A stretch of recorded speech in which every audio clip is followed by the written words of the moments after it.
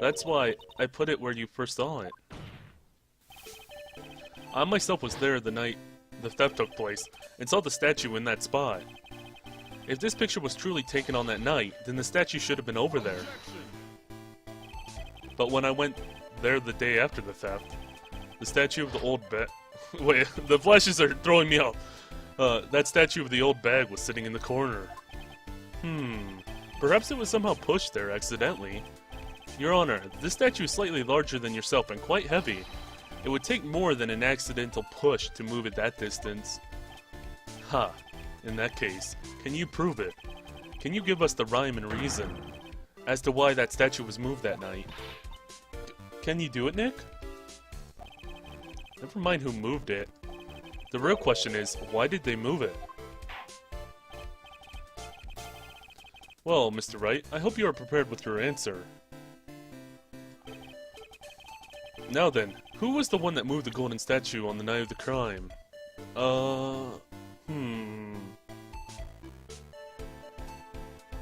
Would it be...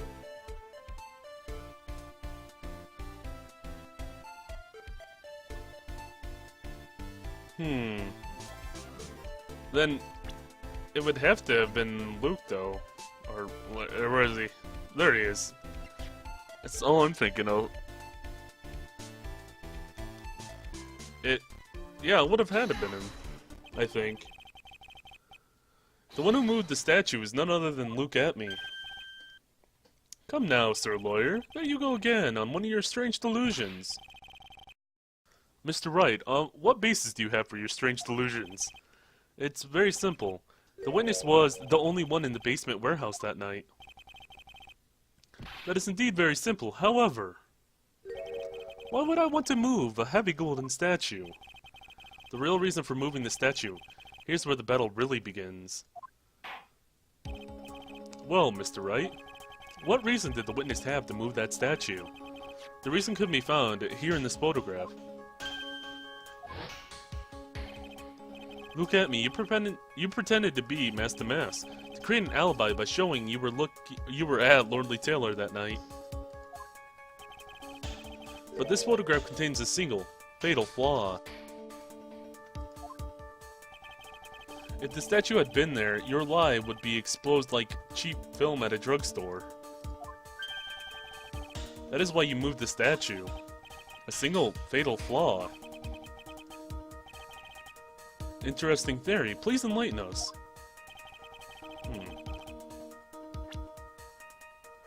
Just where in this picture does this lie exist? Oh. Oh! Oh, okay. I feel dumb for not thinking about this.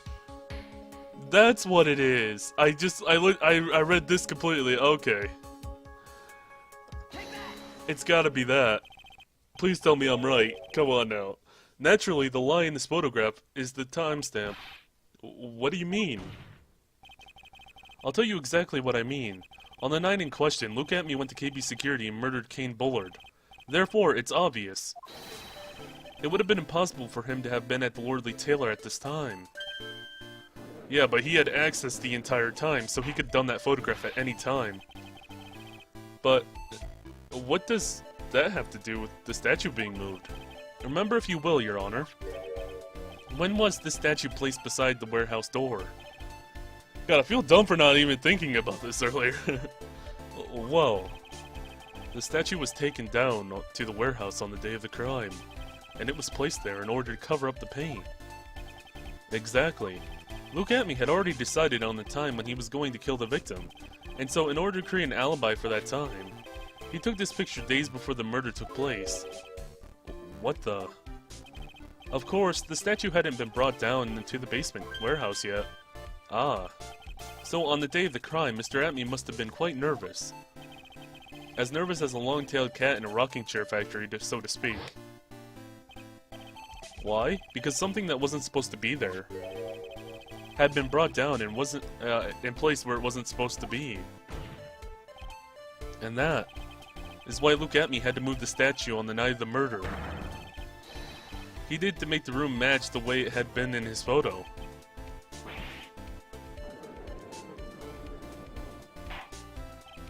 Order, order. Mr. Atme, is this true? One moment, Your Honor. Have you forgotten this? What's that? The data for the basement warehouse computer. According to this, the camera did indeed go off the night of the crime. It's true that the camera had been set up by Lordly Taylor's staff. However, the program used to manage that data was yours. That alone would have allowed you to tamper with the data.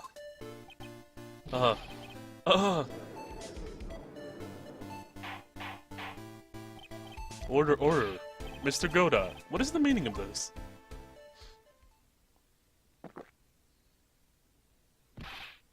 Goda, I warned you about making me wait. Now put that coffee down. My 11th cup.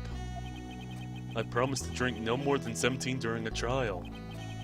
Which means, I'm still good till the last drop. However, the defense has a very good point. A good point. So what? We are all but travelers on a road of infinite points. I think you've got your points mixed up with your other points. So, you say the photograph was taken ahead of time, and that the statue was moved in order to make it match. That's a very interesting idea. However, there's one point that can't be denied. Which is... Oh, is it... that it's only a possibility. Men that are trapped by the chains of maybe can never reach their dreams. That's very true. No, wait, don't fall for that, Your Honor. Hey, Mr. Damask. Yes? If there's no funny business in your actions as Mas Damask, there should be no problem with you telling us your strategy. So let us hear it. Yes, please provide the court with your testimony about your plan to steal a sacred urn. Give away your darkest secrets. I first received the request from Lordly Taylor about 20 days ago. The urn was placed in a box in Zvari. It was then sent to the warehouse. Hence, I was actually unable to see the urn for myself until the day of the crime. I knew it was an extremely valuable treasure, so I sent my card 10 days beforehand. And then handled security by myself to ensure that my crime would go smoothly. At last, I held the urn in my hands for the first time at 1 AM on October 12th. That's pretty much all the stuff we've heard before, isn't it? Yeah, but we will find the truth hidden in the nuggets of new information he gave. Witness, you're sure there's no mistakes this time? Zvari. Very well, Mr. Wright, you may begin your cross-examination.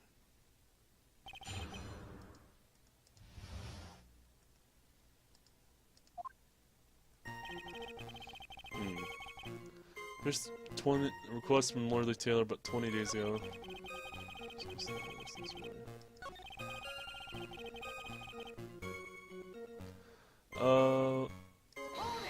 Go through a couple of these first, before we get into anything too crazy. You were asked by the guard to guard the urn by Miss Andrea Andrews. Isn't that right? Indeed. It seemed that they heard of my Zvark... I'm kind of... I don't want to try to pronounce that, because that just looks stupid. But I'm gonna give it an attempt. Zvarkling. That is weird. Please don't add Zvar to random words, please. That's just really weird. I don't like that. Reputation. I see that Miss Andrews is still attracting the weirdos. Yeah, she is. You better watch out too, Maya. The urn was placed inside a box in Zvari. It was then sent to the warehouse.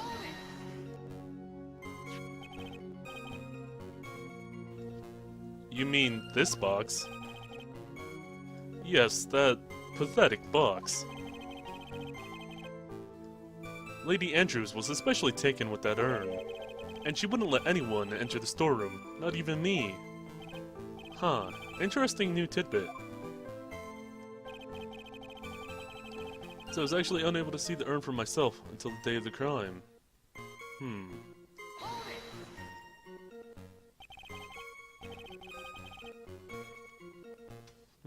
So you sure you had never seen the urn before? Indeed. You may even ask Lady Andrews to confirm it for yourself. My security is focused entirely on the entrance to that warehouse. However, look at me, let no information whatsoever slip through my fingers. Wait a minute. Hence I was actually unable to see the urn for myself until the day of the crime. Let me look at something real quick before I keep pressing on his stuff. Okay, I think I remember seeing something. Where was it? I thought he had seen the urn before. Was it... Did he mention something about it in the calling card? Somewhere with the highest chuck to the security at Lordly Taylor, I will be coming to purloin the most priceless work of art on your display of the speckled urn, won't you? Yeah, that was it. Take care of the speckled urn, won't you? I actually thought that was weird the first time I read that, but now that it has the paint on it and we know that, you would have had to seen it then, after Lordly Taylor got its hands on it. Because the paint was only after, Adrian Andrews had it, because she dropped it. God, I had to really push my memory for that one. Yeah, that was the only thing that, said that he had seen it before, right? Yeah, that's the only thing I had that was really... Let's press on that. Well, not press, present. Mr. Atme, if you really are Master Mask, then you also wrote this calling card, correct? But of course. Is there any problem with that calling card? Allow me to read a passage from the calling card that Master Mask had written. Take good care of the speckled urn. Now, the speckled here surely refers to this pink pattern on the sacred urn. At first I thought it was like a weird way of saying it was correct, but it makes a lot more sense after you think about it having paint on it. Yes, that is true, but so what? Truth be told, there's no way that Master Mask could have known about this pattern. What do you mean? This pink, spotted pattern on the urn is actually nothing more than paint stains. Paint stains? And these stains did not appear until after the urn had been taken to Lordly Taylor. I'm not finding this joke to be very funny, Mr. Wright. The day that the sacred urn was taken to the warehouse, the urn was broken due to human error, or should I say an error-prone human. And that's when the pink paint got on the urn. You can't be serious. And yet, this calling card clearly mentions that paint pattern. Which means... Detective Atme had seen this urn long before the crime ever took place. In fact, he saw it was this fake photo. He saw it when this fake photo was taken. That is true. And because this photo is a fake, your alibi for the night of the murder no longer holds water. What? I saw like a couple G's in there. That's a weird sound.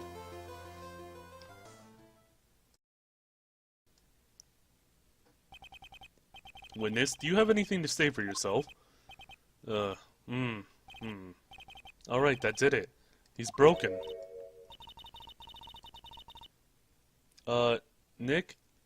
I think it's still a little early for a victory pose. Let me guess, he's gonna say, like, what motive do I have for killing this guy? Huh.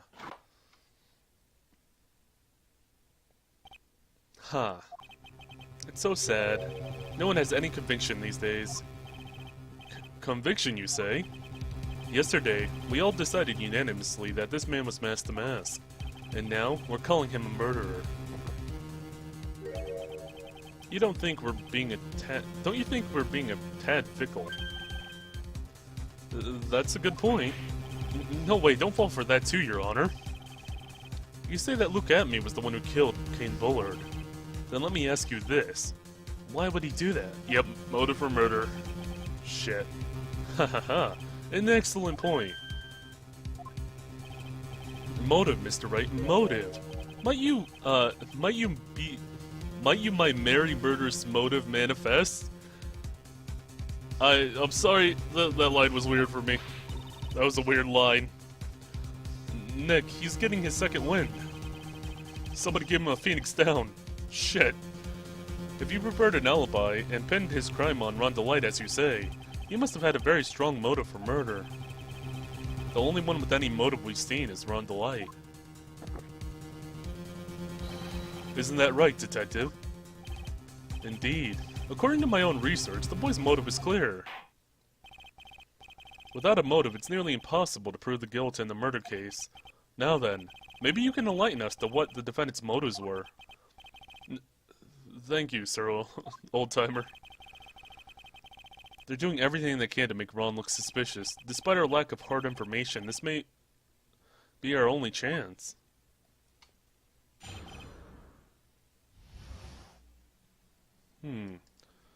Motive for murder.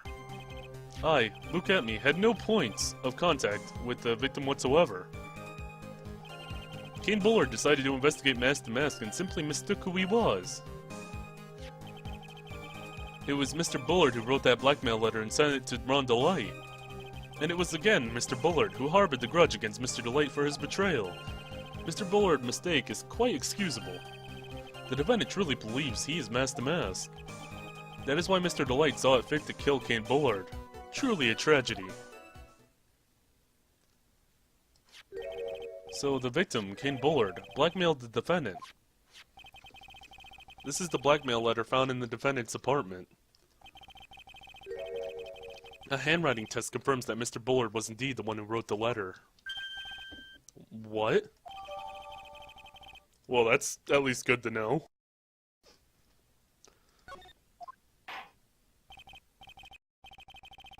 Let me just kind of check what it says in the update. I'm just gonna mention that. Found in Ron DeLite's room, written by Bullard. Okay, yeah, I guess it just added written by Bullard. We know for sure now. Very well, Mr. Wright. Begin your cross-examination.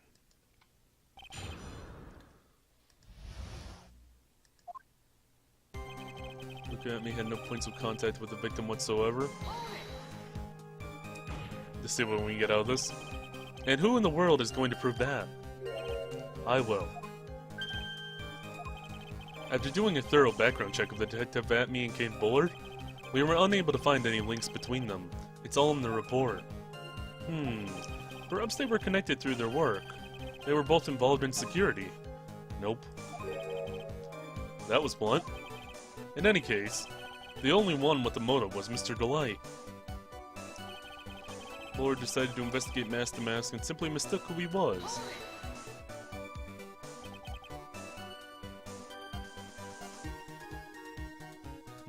Mistook? That's right, mistook. From the Old Norse mistaka, meaning to take an error. That wasn't what I meant. Just who did the victim mistake mask to mask to be? Why, the answer is obvious. Ron DeLite, of course. Boy, I'd like to wipe that smug look off this guy's face. Press here.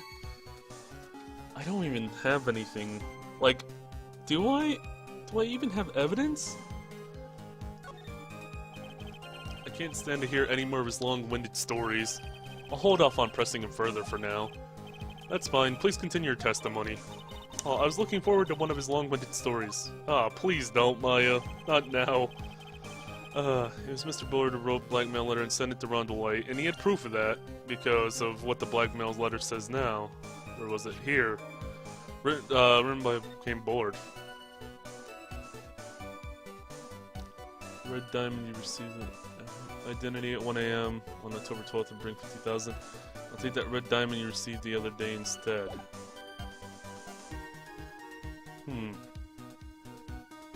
Wait. He's got a giant red diamond on him, though. Wait a minute. I'm just looking at his... I just, like, looked over to his finger and just like, oh, wait, what? I'll take that red diamond you received the other day instead. Wait a minute.